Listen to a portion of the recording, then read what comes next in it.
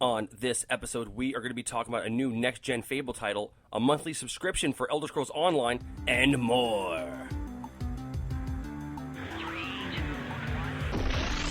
Welcome, fellow gamers. You are listening to GamerCast Radio. I am Danny Catanese. It is Thursday, August 22nd, and I would just like to thank you for listening and watching today. If you're on YouTube, you're watching. You're watching me talk. If you're on Spreaker, you're just listening to me talk. But anyway, today in the news, Next Gen Fable announced.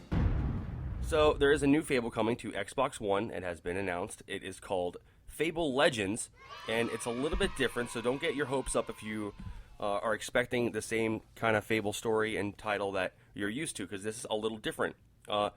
This game is going to focus a lot on multiplayer, and I'm going to explain and run down exactly how this game works. Basically, it takes place in Albion, so it is the same setting. It starts off with 4 different characters. These are the good guys, and it seems like there are a sword kind of welding guy. There's a warrior. There's a sorceress, and then it looks like there's an archer. He has a crossbow from the trailer that I watched. So you start off with 4, and these are the good guys, and you could switch between any of these guys you want. You can play multiplayer, so you can be with you and your friend and 2 AI. You can be by yourself with 3 other AI.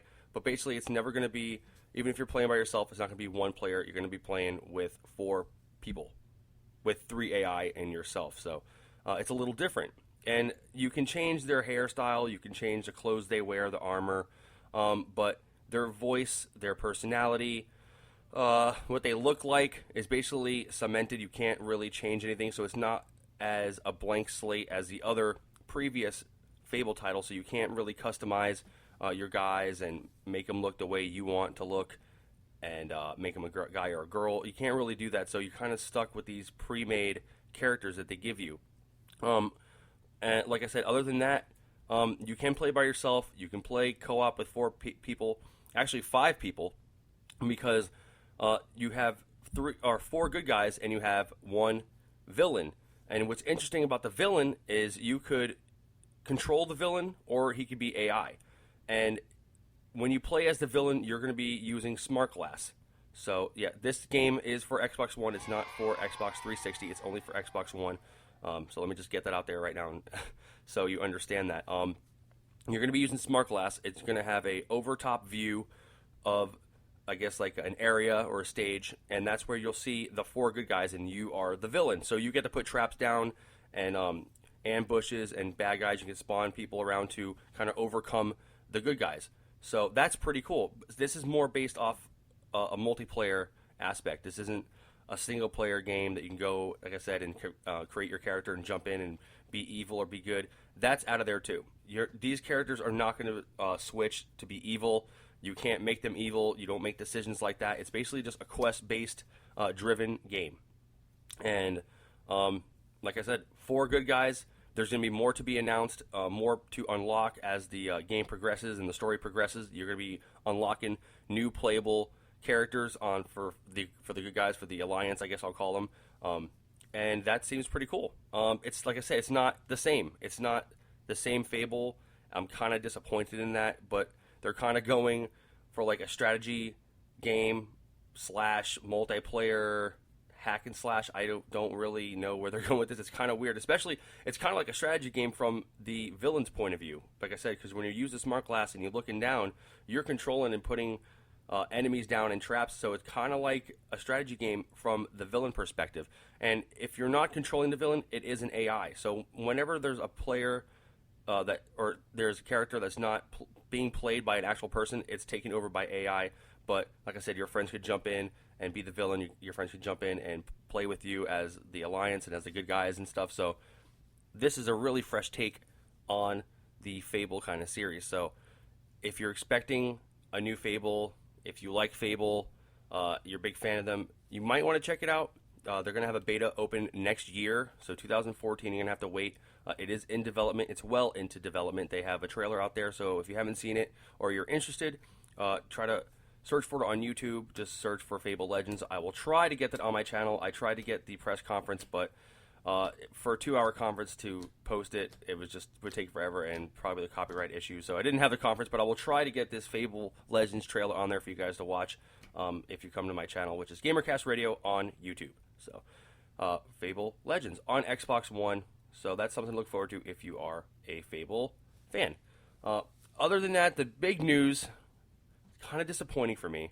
I kind of wasn't hoping this would happen, but Elder Scrolls Online will be subscription based and will charge $14.99 a month to play in the world of Tamriel. Like I said, I'm not a big pay to play kind of guy. I know there's different aspects of pay to play.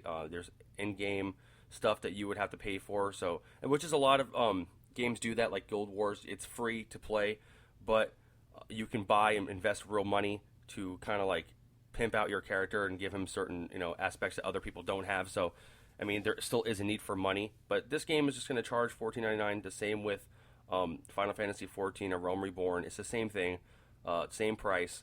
I am not a big fan of Realm Reborn. I played Final Fantasy XI.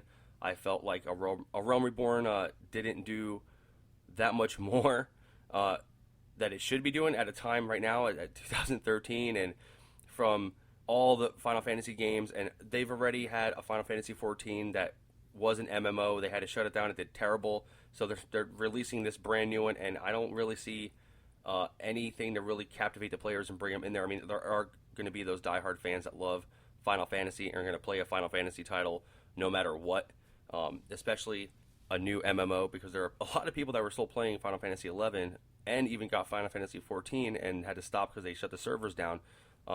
So they're going to jump on there and they're going to play this game. But I mean, I have a good friend, and he's really big into WoW, and he plays Final Fantasy a lot. And he even had the Final Fantasy XIV before they shut the servers down and everything. So he was in the beta with me. We were playing together, and we kind of we never played it again. We just kind of sat it down and looked at each other and said, "What do you think?" And he said it was okay. I said I didn't really like it. He's like, "Yeah, it's not really that good." So we never played it again.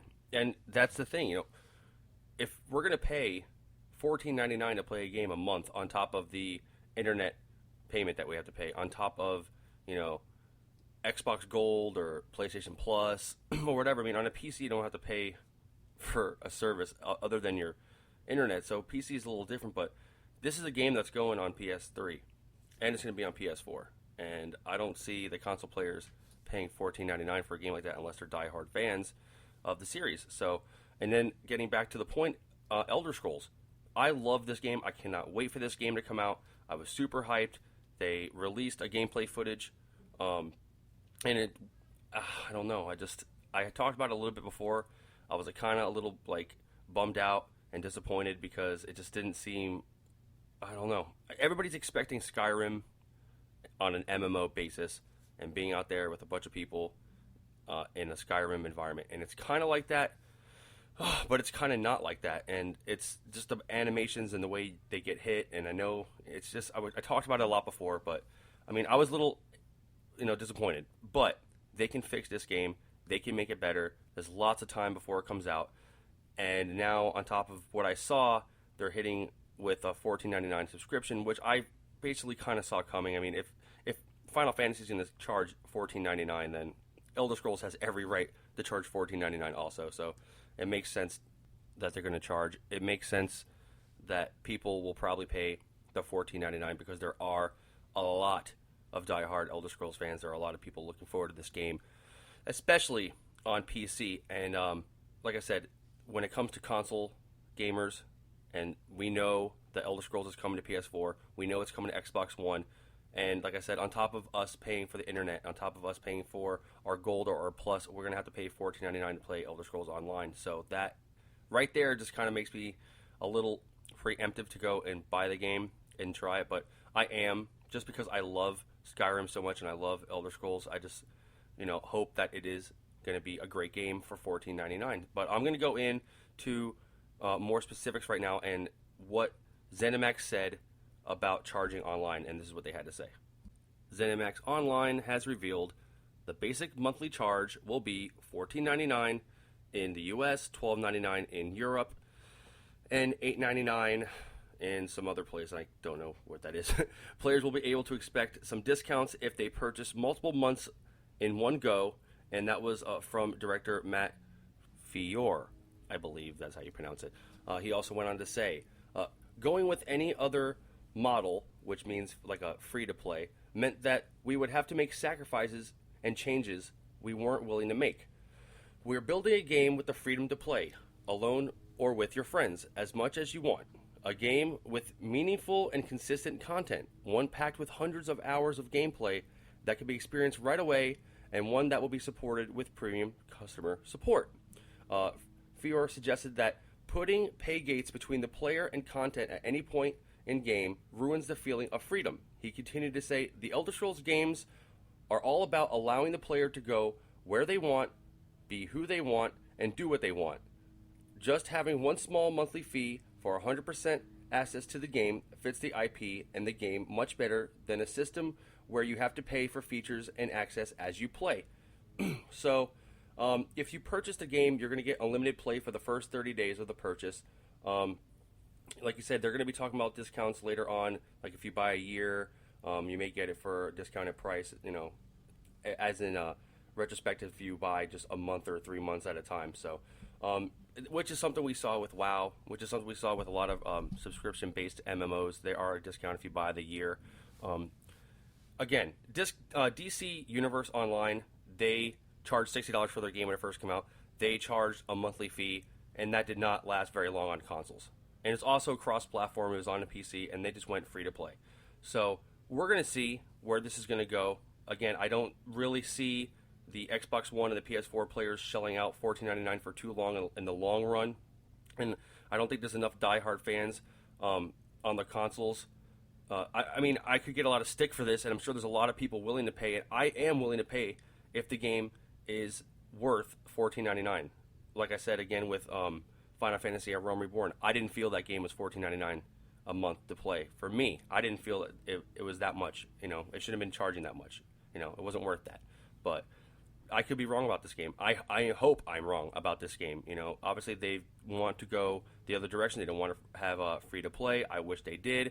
But we might see that at some point. We might see the consoles get free-to-play along with the PC. I know for a fact, and I've been on Tamriel Foundry. If you haven't been there and you're an Elder Scrolls fan, check out Tamriel Foundry. It's a great forum and website, up to date with all of the Elder Scrolls Online news and stuff like that and topics about the game.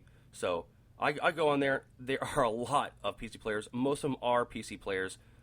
These are players that are diehard fans. These are players that will pay $14.99.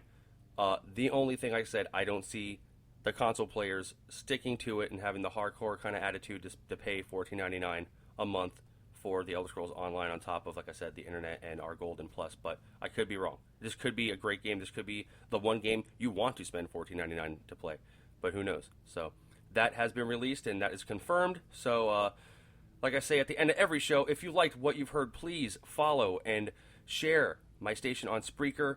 If you're on YouTube, please like this video, give me a thumbs up, and subscribe so you can be up to date with all the latest gaming news. And leave a comment because I'd love to see what you guys think about the new Fable that's coming out. Do you think they went the right way with the whole multiplayer aspect of it and not kind of shying away from the single player? And what do you guys think about the subscription based for Elder Scrolls Online? Do you think it's a good move? Are you willing to pay $14.99? So leave a comment and let me know what you guys think.